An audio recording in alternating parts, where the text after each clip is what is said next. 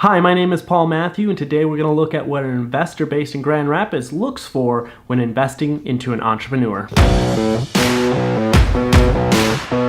Whew. Okay guys, so lots going on, and I'm excited to share with you that I am partnering with a hip-hop dance artist named Devondre Jones. He teaches hip-hop in his class called Dancespire. He does it every week, and he's been building a business around this. And my whole mission here is to create content that's going to help other artists build sustainable business models around what they love doing. And I'm doing this from the ground up. I'm building it myself and sharing everything that I'm learning, encountering, and being challenged with, and helping you overcome those same obstacles. So whether you're looking for inspiration or firsthand knowledge of what's happening in that process, I encourage you to join that journey.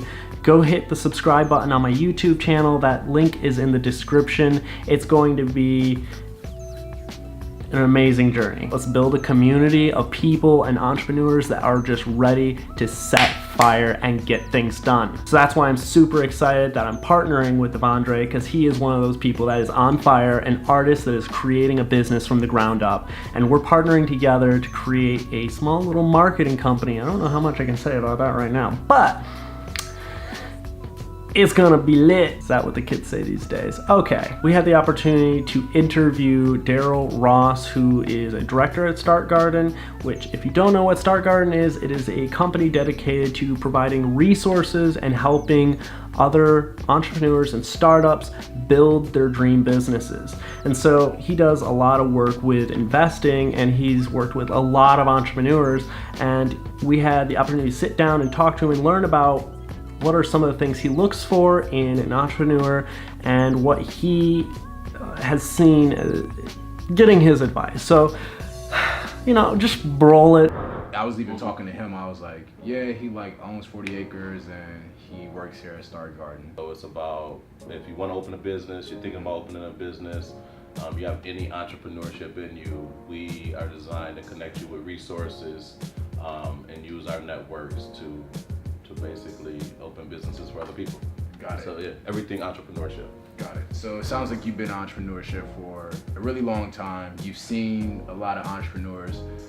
What do you think, what are some key things you think makes a great entrepreneur?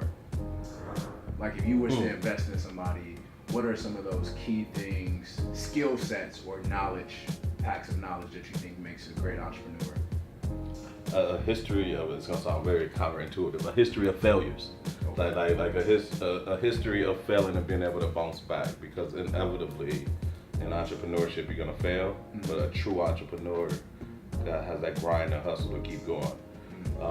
So I tend to gravitate to cats who've been hustling for a long time, been in the game a long time. They don't necessarily have to have the best track record, don't necessarily have to have the best credit, because a lot of times that's a sign of taking risk, right? So your credit might be messed up because you took a shot at something. So risk takers, the ability to fail. Failure cannot be catastrophic if you're going to survive in entrepreneurship.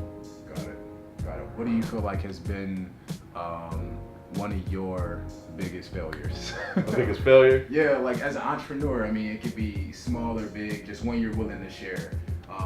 Opening up, lots of them, opening up undercapitalized. I think a lot of times entrepreneurs have a real tunnel vision. Yeah. So just doing it my way and not necessarily the way the market is working. Always, every business I open had this idea that as soon as I open the doors, for some reason there's gonna be swamp and everybody was gonna come. Yeah. Just not being up on my game in the beginning of it is probably, but we fail every day. So something that is just a constant way to improve. Again, like learning in entrepreneurship is usually through failing. Okay. And so you failed before. Undercapitalization was one of those things. Now, speaking towards undercapitalization, what do you do now to make sure that you're not undercapitalized? Or if you're talking to another entrepreneur and you're like, hey, this is a mistake you don't want to make because this is a mistake I've had, what would they do to try to not be? That's a tough one, right? Because if you look at total, I think 18% of new businesses are started with bank financing.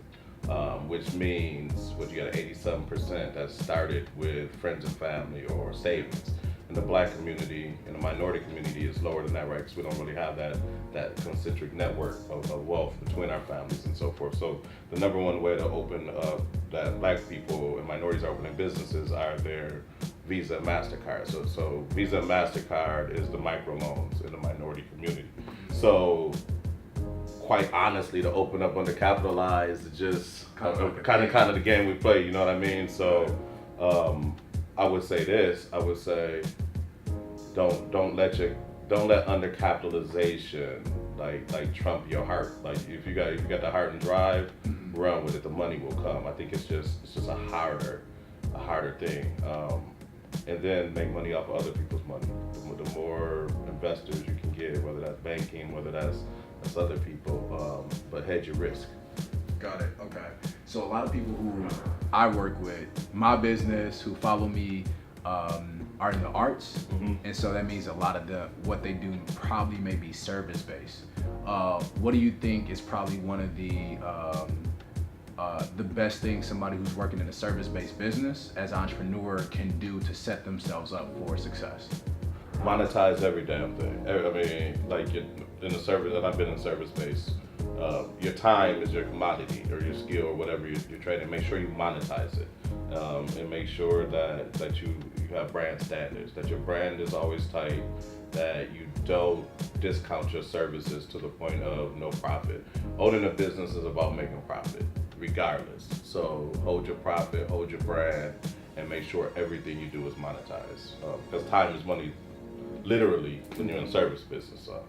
Got it. Yeah. And so when you say monetize, that obviously means to enterprise and make sure there's a system around putting it out there to the market and getting money back. Yeah, so a lot of times when I'm working with artists, and it's mostly other art, like painters and so forth, it's a passion.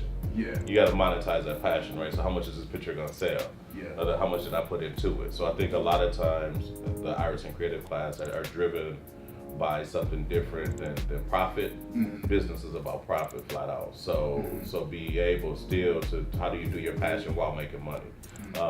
And make sure you're just being honest with yourself, because if at the end of the day you're not making money, you're not gonna be around to do your passion. And I think you can't compromise that. A business is open to make money first. Got it. Like you gotta make it in the right way, ethically and all that, but at the end of the day, it's not to go out and just have fun or you just buy yourself another job. I hope you guys learned a lot from that interview and had a lot of takeaways from it. If you want to see more content like this, then you can go subscribe to my YouTube channel, link in the description. You can also check out my photography on Instagram at Paul Matthew Media. I encourage you to go like my Facebook page. It encourages me to keep making more content like this for you guys, and I want to build that community of like-minded individuals. All right, that's all I got for you. See you next time.